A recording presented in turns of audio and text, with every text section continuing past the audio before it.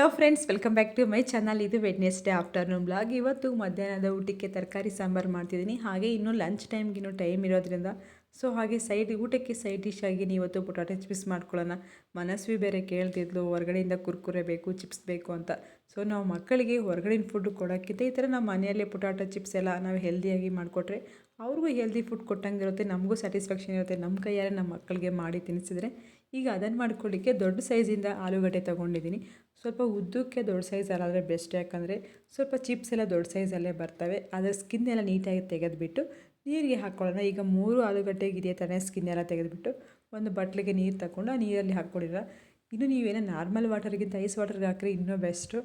Ice ವಾಟರ್ಗೆ ಹಾಕಿದ್ರೆ chips colour change ಆಗೋಲ್ಲ. ಈಗ ಅದೇನ ಈ ಥರ ತುರೆ ಮನೆ ಇರುತ್ತಲ್ಲ, ನಿಮ್ಮ ಮನೆಗೆ ಏನಾದ್ರು ಪೊಟ್ಯಾಟೊ ಸ್ಲೈಸರ್ ಏನೋ ಇತ್ತು ಅಂತಂದರೆ ಅದರಲ್ಲೇ ಚಿಪ್ಸ್ನ ಈ ಥರ ತುರಿದಿಟ್ಕೊಳ್ಳಿ. ಇಲ್ಲ ಅಂತಂದರೆ ಈ ಥರ ತುರೆ ಮನೆಗಿತ್ತು ಅಂದರೆ ಒಂದು ಸೈಡ್ಗೆ ಸ್ಟ್ರೈಟಾಗಿ ಕೊಟ್ಟಿರ್ತಾರಲ್ಲ, ಆ ಸೈಡಾದರೆ ಚಿಪ್ಸ್ ಕರೆಕ್ಟಾಗಿ ಬರ್ತಿರುತ್ತೆ. ನೀವು ನೋಡ್ತಿರ್ಬೋದು ಎಷ್ಟು ತೆಳುವಾಗಿ ಬರ್ತಿದೆ ಅಂತ. ಈಗ 3 ಗಡ್ಡೆನ ಇದೇ ಥರನೇ ಈ ಥರ ನೀವು ನೋಡ್ತಿರ್ಬೋದು ಎಷ್ಟು ತೆಳುವಾಗಿ ಬರ್ತಿದೆ ಅಂತ. ನಾನು ಲಾಸ್ಟ್ ಟೈಮ್ ಒಂದು ಟೈಮ್ ಮಾಡಿದ್ದೆ ಈ ತುರಿಯ ಮನೆಯೇ ಬಳಸ್ಕೊಂಡು. ಬಟ್ ನಾನು ಆವಾಗ ಅಂದ್ಕೊಂಡೆ, ಇದು ಪೊಟ್ಯಾಟೊ ಚಿಪ್ಸ್ಗಾದರೆ ಬೆಸ್ಟು, ಈ ಕಡೆ ಕೊಬ್ಬರಿ ತುರಿಯೋಕ್ಕೂ ಆಗುತ್ತೆ, ಇನ್ನೊಂದು ಕಡೆ ಚಿಪ್ಸನ್ನು ಮಾಡ್ಕೋಬೋದು ಅಂತ. ಆ ಚಿಪ್ಸ್ ಎಲ್ಲ ನಾವು ಕಟ್ ಮಾಡಿ ಇಟ್ಕೊಂಡಿರ್ತೀವಲ್ಲ, ಅದನ್ನೆಲ್ಲ ಒಂದು ನೀರಿಗೆ ಹಾಕ್ಕೊಂಡಿರ್ತೀವಲ್ಲ, ಒಂದು ಕ್ಲಾತ್ ಹಾಕ್ಬಿಟ್ಟು, ಡ್ರೈ ಕ್ಲಾತ್ ಹಾಕಿಬಿಟ್ಟು ಅದರ ಮೇಲೆ ಈ ಥರ ಒಂದೊಂದೇ ಹಾಕ್ಕೋಬೇಕು. ಒಂದೊಂದಿಲ್ಲ 2 to 2 ಯಾವ ರೀತಿಯಾರು ಹಾಕ್ಕೋಬೋದು. ಈ ಥರ ಕ್ಲಾತ್ ಮೇಲೆ ಫುಲ್ ಅಗಲಕ್ಕೆ ಹಾಕ್ಕೊಂಬಿಟ್ಟು ಇದ್ರ ಮೇಲೆ ಒಂದು ಕ್ಲಾತ್ ಹಾಕ್ಕೋಬೇಕು. ಈ ಥರ ಹಾಕೋದ್ರಿಂದ ನಾವು ಆ ನೀರು ಇರುತ್ತಲ್ಲ, ಆ ನೀರೆಲ್ಲ ಹೋಗಿಬಿಡಲಿ. ನಾವು ಡೈರೆಕ್ಟಾಗಿ ಆಯಿಲಕ್ಕೆ ಹಾಕೋಕ್ಕೆ ಹೋದರೆ ಆ ನೀರೆಲ್ಲ ಇರುತ್ತಲ್ಲ ಅದೆಲ್ಲ ನಮಗೆ ಸಿಡಿಯುತ್ತೆ, ಡೈರೆಕ್ಟಾಗಿ ಹಾಕೋಕ್ಕಾಗಲ್ಲ. ಈ ಥರ ಒಂದು ವೆಟ್ ಕ್ಲಾತ್ ಮೇಲೆ ಹಾಕ್ಕೊಂಬಿಟ್ಟು ಅದನ್ನೆಲ್ಲ ಸ್ವಲ್ಪ ಡ್ರೈ ಮಾಡಿಕೊಂಡು ಆಮೇಲೆ ನಾವು ಆಯಿಲ್ಗೆ ಹಾಕ್ಕೋಬೇಕು. ಇಲ್ಲ ಅಂತಂದರೆ ನಿಮ್ಗೆ ಈ ಥರ ಆಯಿಲ್ ಹಾಕೋಕ್ಕಿಲ್ಲ, ಡೈರೆಕ್ಟ್ ನಾವು ಹಂಗೆ ಆಯಿಲ್ಗೆ ಹೀಟ್ ಮಾಡ್ಕೊಂಬಿಟ್ಟು ಹಂಗೆ ಆಯಿಲಲ್ಲೇ ತುರಿದ್ಬಿಟ್ಟು ಆ ಥರನೂ ಚಿಪ್ಸ್ ಮಾಡ್ಕೋಬೋದು. ಬಟ್ ಈ ಥರ ಪ್ರೊಸೆಸ್ ಮಾಡಿದ್ರೆ ಆ ಪೊಟ್ಯಾಟೊನೇ ಎಲ್ಲ ಚೆನ್ನಾಗಿ ಕ್ಲೀನ್ ಆಗುತ್ತೆ, ತಿನ್ನೋಕ್ಕೂ ಅದು ಕಲರು ಚೇಂಜ್ ಆಗೋಲ್ಲ, ತಿನ್ನೋಕ್ಕೂ ಕ್ರಿಸ್ಪಿಯಾಗಿ ಬರ್ತವೆ ಈ ಥರ ಮಾಡ್ಕೊಳ್ಳೋದ್ರಿಂದ. ಈಗ ಅದ್ರ ಮೇಲೆ ಇನ್ನೊಂದು ಕ್ಲಾತ್ ಇಟ್ಬಿಟ್ಟು ಸ್ವಲ್ಪ ಪ್ರೆಸ್ ಮಾಡಿದ್ರೆ ತೇವ ಎಲ್ಲ ಹೀರ್ಕೊಬಿಡುತ್ತೆ. ಈಗಲೇ ಆ ಕ್ಲಾತ್ನೆಲ್ಲ ತೆಗೆದುಬಿಟ್ಟು ನೋಡೋಣ, ನೀವೇ ನೋಡ್ತಿರ್ಬೋದು ತೇವ ಎಲ್ಲ ಹೀರ್ಕೊಬಿಟ್ಟಿದೆ. ಜಸ್ಟ್ ಇನ್ನೊಂದು ಸಲ ಮತ್ತೆ ಹಂಗೆ ಪ್ರೆಸ್. ಪೊಟ್ಯಾಟೊ ಸ್ಲೈಸಸ್ ಎಲ್ಲ ಕಂಪ್ಲೀಟಾಗಿ ಡ್ರೈ ಆಗಿದೆ. ಈಗ ಇನ್ನೊಂದು ಕಡೆ ಆಯಿಲು ಸಹ ಇಟ್ಕೊಂಡಿದ್ದೀನಿ, ಅದು ಸಹ ಬಿಸಿಯಾಗಿದೆ. ಈಗ ಒಂದು ಸಲ ಚೆಕ್ ಮಾಡ್ಕೊಳ್ಳೋಣ ಆಯಿಲೆಲ್ಲ ಬಿಸಿಯಾಗಿದೆಯಾ ಅಂತ. ನೀವೇನಾದ್ರು ಈ ಥರ ಒಂದು ಕಡೆ ಆಯಿಲ್ ಇಟ್ಬಿಟ್ಟು ಇನ್ನೊಂದು ಕಡೆ ಪ್ರೊಸೆಸ್ನ ಸ್ಟಾರ್ಟ್ ಮಾಡ್ಕೊಳ್ಳಿ. ಯಾಕಂದರೆ ಕಟ್ ಮಾಡಿದಾದಮೇಲೆ ಜಾಸ್ತಿ ಹೊತ್ತು ಪೊಟ್ಯಾಟೊನ ಹಾಗೆ ಇಟ್ಕೊಂಡ್ಬಿಟ್ರೆ ಸ್ವಲ್ಪ ಕಪ್ಪಗಾಗ್ಬಿಡ್ತವೆ. ಈಗ ಸ್ವಲ್ಪನೇ ಹಾಕ್ಕೊಂಡು ಚೆನ್ನಾಗಿ ಆಯಿಲಲ್ಲಿ ಫ್ರೈ ಮಾಡ್ಕೋಬೇಕು. ನಿಮಗೇನಾದ್ರು ಕ್ರಿಸ್ಪಿಯಾಗಿ ಬೇಕು ಅಂದರೆ ಸ್ವಲ್ಪ ಡಾರ್ಕ್ ಕಲರಲ್ಲಿ ಫ್ರೈ ಮಾಡ್ಕೊಂಬಿಡಿ. ಇಲ್ಲ ನಮಗೆ ಸ್ವಲ್ಪ ಲೈಟ್ ಕಲರ್ ಇರಬೇಕಾದ್ರೆ ನೀವು ನೋಡ್ತಿರ್ಬೋದು, ನನಗೆ ಸ್ವಲ್ಪ ಫಸ್ಟ್ ನಾನು ಹಾಕಿರೋವಂಥದ್ದೆಲ್ಲ ಸ್ವಲ್ಪ ಕ್ರಿಸ್ಪಿಯಾಗಿರಲಿ ಕೆಲವೊಂದು ಅಂತ ಹೇಳ್ಬಿಟ್ಟು ಈ ಥರ ಡಾರ್ಕ್ ಕಲರಲ್ಲಿ ಡೀಪ್ ಫ್ರೈ ಮಾಡ್ಕೊತಿದ್ದೀನಿ. ಕಲರ್ ನೋಡ್ತಿರ್ಬೋದು ಗೋಲ್ಡನ್ ಕಲರ್ ಬಂದಿದೆ, ಈಗ ಕಲರು ಚೇಂಜ್ ಆಗ್ತಿದೆ. ಈಗ ಇದು ಸಹ ಫ್ರೈ ಮಾಡ್ಕೊಂಬಿಟ್ಟು ಎಲ್ಲನೂ ಒಂದು ಟಿಶ್ಯೂ ಪೇಪರ್ ಮೇಲೆ ಇದು ಒಂದು ಬೌಲ್ಗೆ ಟಿಶ್ಯೂ ಪೇಪರ್ ಅಥವಾ ನ್ಯೂಸ್ ಪೇಪರ್ ಯಾವುದಾದ್ರೂ ಒಂದು ಬೌಲಲ್ಲಿ ಹಾಕ್ಕೊಳ್ಳೋಣ.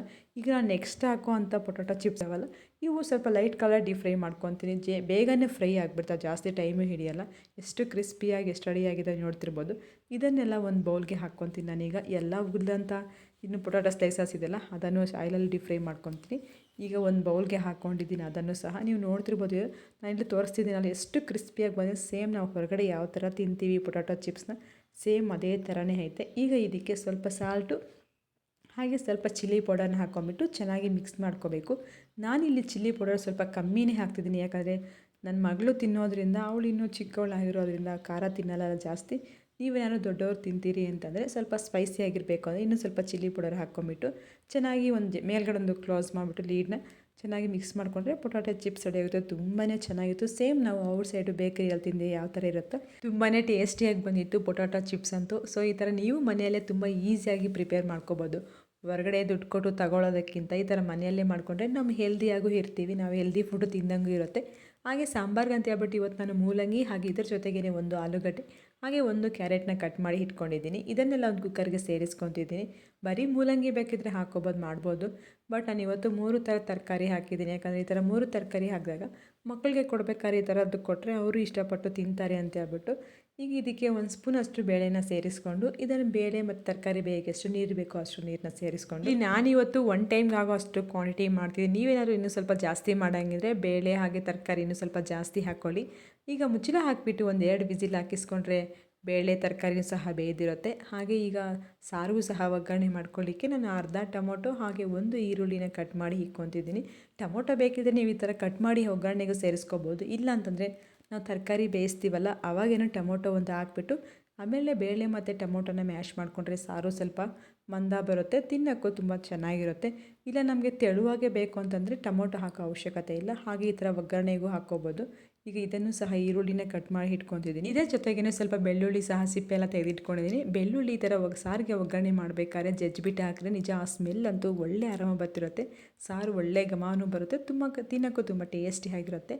ಈಗ ಅದನ್ನು ಸಹ ಕಟ್ ಮಾಡಿ ಇಟ್ಕೊಂಡಿದ್ದೀನಿ. ಈಗ ಸಾರಿಗೆ ಒಗ್ಗರಣೆ ಮಾಡ್ಕೊಳ್ಳಿಕ್ಕೆ ಒಂದು ಕಡಾಯಿಗೆ ಆಯಿಲ್ನ ಸೇರಿಸ್ಕೊಂಡು ಅದಕ್ಕೆ ಒಂದು ಸ್ವಲ್ಪ ಸಾಸಿವೆ ಸೇರಿಸ್ಕೊಳ್ಳೋಣ. ಹಾಗೆ ಈಗ ಈರುಳ್ಳಿ ಮತ್ತು ಕರಿಬೇವನ್ನ ಹಾಕ್ಕೊಂಬಿಟ್ಟು ಫ್ರೈ ಮಾಡ್ಕೊಳ್ಳೋಣ. ಈರುಳ್ಳಿ ಎಲ್ಲ ಸ್ವಲ್ಪ ಲೈಟ್ ಕಲರ್ ಚೇಂಜ್ ಆಗೋವರೆಗೂ ಫ್ರೈ ಮಾಡಿಕೊಂಡು ಈಗ ಇದರ ಜೊತೆಗೇ ನಾವು ಜಜ್ಜಿ ಮಾಡಿದಂಥ ಬೆಳ್ಳುಳ್ಳಿ ಐತಲ್ಲ ಅದನ್ನು ಸೇರಿಸ್ಕೊಂಡು ಹಾಗೆ ಮೆಣಸಿನ್ಕಾಯಿ ಸ್ವಲ್ಪ ಇಂಗುನ ಸೇರಿಸ್ಬಿಟ್ಟು ಚೆನ್ನಾಗಿ ಕಲಿಸ್ಕೊಳ್ಳೋಣ. ನಿಜ ಈರುಳ್ಳಿ ಮತ್ತು ಬೆಳ್ಳುಳ್ಳಿ ಫ್ರೈ ಆಗ್ತಿದ್ರೆ ಒಳ್ಳೆ ಆರಾಮ ಬರ್ತಿದೆ. ನಿಜ ಆ ಸ್ಮೆಲ್ಲಿಂದನೇ ಸಾಂಬಾರು ಟೇಸ್ಟು ಸಹ ಬರುತ್ತೆ.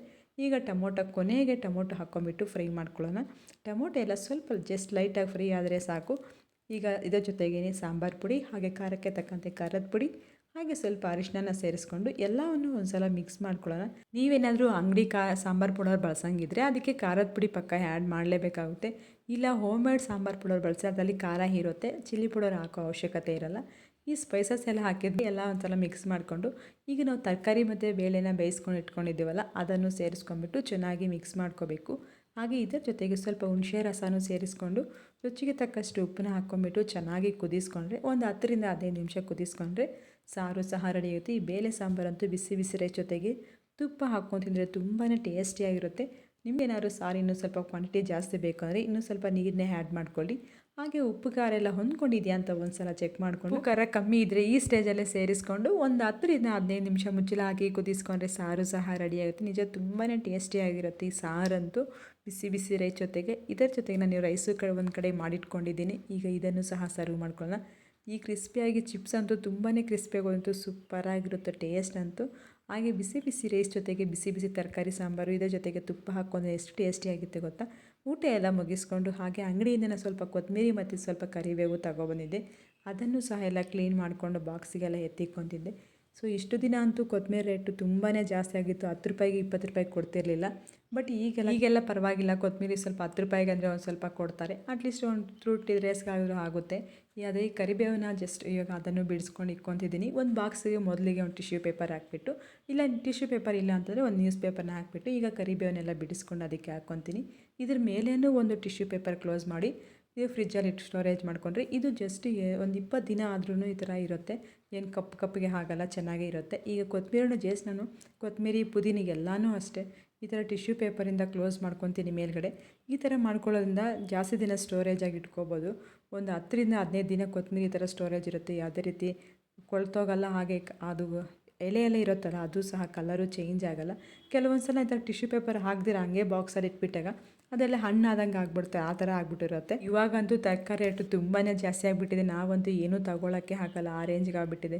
500 ರೂಪಾಯಿ ತೊಗೊಂಡೋದ್ರೆ ಒಂದು 4-5 ಐಟಮ್ ಅಷ್ಟೇ ಬರ್ತದೆ, ಅಷ್ಟು ರೇಟ್ ಆಗಿಬಿಟ್ಟೈತೆ. ಕೊತ್ತಂಬರಿ ಎಲ್ಲ ಬಿಡಿಸಿಕೊಂಡು ಸೇಮ್ ನಾನು ಕೆಳಗಡೆ ಒಂದು ಟಿಶ್ಯೂ ಪೇಪರ್ ಹಾಕ್ತೀನಿ. ಆಮೇಲೆ ಎಲ್ಲ ಮುಗಿದಾದ್ಮೇಲೆ ಅದ್ರ ಮೇಲೆ ಒಂದು ಟಿಶ್ಯೂ ಪೇಪರ್ ಹಾಕ್ಬಿಟ್ಟು ಲೀಡ್ನ ಕ್ಲೋಸ್ ಮಾಡಿ ಫ್ರಿಜ್ಜಲ್ಲಿ ಎತ್ತಿಕ್ಕೊತೀನಿ. ಫ್ರೆಂಡ್ಸ್, ನನ್ನ ವೀಡಿಯೋಸ್ ಎಲ್ಲ ನಿಮಗೆ ಯಾವ ಥರ ಅನ್ನಿಸ್ತಿದ್ದೆ, ನಿಮಗೆಲ್ಲರಿಗೂ ಇಷ್ಟ ಆಗ್ತಿದೆ ಒಂದು ಲೈಕ್ನ ಮಾಡಿ. ಹಾಗೆ ನಿಮಗೆ ಯಾವ್ದಾರು ರೆಸಿಪೀಸ್ ಬೇಕು ಅಂದರೆ ನನಗೆ ಕಮೆಂಟ್ ಮಾಡಿ, ನಾನು ಅದನ್ನು ಮಾಡಿ ತೋರಿಸ್ತೀನಿ. ಹಾಗೆ ಇವಾಗ ವೆದರು ಬೇರೆ ಚೇಂಜ್ ಆಗಿರೋದ್ರಿಂದ ಸ್ವಲ್ಪ ಕಾಫಿ ಕುಡಿಬೇಕು ಅಂತ ಅನಿಸ್ತಿತ್ತು. ಹಾಗೆ ಕಾಫಿಗೂ ಸಹ ಹಾಲು ಕಾಯ್ಸೋಕ್ಕೆ ಇಟ್ಟಿದ್ದೀನಿ. ಇದಕ್ಕೆ ಸ್ವಲ್ಪ ಕಾಫಿ ಪೌಡರ್ನ ಸೇರಿಸ್ಕೊಂಡು ಹಾಗೆ ಸಕ್ಕರೆ ಹಾಕ್ಕೊಂಬಿಟ್ಟು ಕಾಫಿನೂ ಸಹ ಮಾಡಿಕೊಂಡೆ. ಇದರ ಜೊತೆಗೆ ಇವತ್ತು ನಾನು ರಸಕನ್ನ ಸೈಡಾಗಿ ಇಟ್ಕೊಂಡಿದ್ದೀನಿ. ಯಾವಾಗೇನೋ ಡೈಲಿ ಕುಡಿಯೋಲ್ಲ ಕಾಫಿ, ಬಟ್ ಇವಾಗ ಮಳೆ ಸೀಸನ್ ಆಗಿರೋದ್ರಿಂದ ಸಂಜೆ ಸ್ವಲ್ಪ ವೆದರು ಚೇಂಜ್ ಆಗಿರುತ್ತೆ. ಈ ಚಳಿಗೆ ಬಿಸಿ ಬಿಸಿ ಕುಡಿಬೇಕು ಅಂತ ಅನ್ನಿಸ್ದಾಗ ಅಷ್ಟೇ ಕಾಫಿ ಕುಡಿತೀನಿ. ಈಗ ಇದನ್ನು ಸಹ ಫಿಲ್ಟ್ರ್ ಮಾಡಿ ಒಂದು ಲೋಟಗೆ ಹಾಕ್ಕೊಂಡೆ. ಹಾಗೆ ಇದಕ್ಕೆ ಸೈಡಾಗಿ ರಸದ ಜೊತೆ ತಿಂತೀನಿ. ನಾನು ರಸಕ್ಕೂ ತುಂಬ ರೇರು ತಿನ್ನೋದು, ಬಟ್ ಪಾಪು ತಿನ್ನೋತ್ತಲ್ಲ ಅವಳಿಗೆ ಈ ಥರ ಕಾಫಿಯಲ್ಲಿ ಡಿಪ್ ಮಾಡಿಬಿಟ್ಟು ತಿನ್ನಿಸ್ತೀನಿ. ಬಟ್ ಕಾಫಿ ಮತ್ತು ರಸದ ಕಾಂಬಿನೇಷನ್ ಅಂತೂ ಸೂಪರಾಗಿರುತ್ತೆ. ಡೆಲಿವರಿ ಟೈಮಲ್ಲಂತೂ ನಾವು ಅದನ್ನೇ ಜಾಸ್ತಿ ತಿಂದಿರ್ತೀವಲ್ಲ, ಆಲ್ಮೋಸ್ಟ್ ಎಲ್ಲರಿಗೂ ಗೊತ್ತಿರುತ್ತೆ. ಇದು ಇವತ್ತಿನ ವೀಡಿಯೋ ಆಗಿತ್ತು ಫ್ರೆಂಡ್ಸ್. ನಿಮಗೆಲ್ಲರಿಗೂ ಇಷ್ಟ ಆಗಿದೆ ಅಂತ ಅಂದ್ಕೊತೀನಿ. ಇಷ್ಟ ಆಗಿದ್ರೆ ಒಂದು ಲೈಕ್ನ ಮಾಡಿ, ಹಾಗೆ ನಿಮ್ಮ ಫ್ರೆಂಡ್ಸ್ಗೆ ಫ್ಯಾಮಿಲಿ ಮೆಂಬರ್ಸ್ಗೆಲ್ಲ ಶೇರ್ ಮಾಡಿ. ನನ್ನ ವೀಡಿಯೋಸ್ ಎಲ್ಲ ಯಾವ ಥರ ಅನ್ನಿಸ್ತಿದೆ, ನಿಮ್ಮ ಅನಿಸಿಕೆಯನ್ನು ನನಗೆ ಕಮೆಂಟ್ ಮಾಡಿ. ನಿಮಗೆ ಅದರ ರೆಸಿಪೀಸ್ ಬೇಕು ಅಂದರೆ ನನಗೆ ಕಮೆಂಟ್ ಮಾಡಿ, ನಾನು ಅದನ್ನು ಮಾಡಿ ತೋರಿಸ್ತೀನಿ. ರೆಸಿಪೀಸ್ ಅಷ್ಟೇ ಅಲ್ಲ, ಬ್ಯೂಟಿ ಟಿಪ್ಸ್ ಆಗಿರ್ಬೋದು, ಇಲ್ಲ ಯಾವ ಥರ ಬ್ಲಾಗ್ಸ್ ಬೇಕು ಅಂತ ನನಗೆ ಕಮೆಂಟ್ ಮಾಡಿ. ಅದೇ ಥರ ಬ್ಲಾಗ್ಸ್ನ ನಾನು ಕಂಟಿನ್ಯೂ ಮಾಡ್ತೀನಿ. Thank you for watching friends. Next ವೀಡಿಯೋದಲ್ಲಿ ಮತ್ತೆ ಸಿಗೋಣ.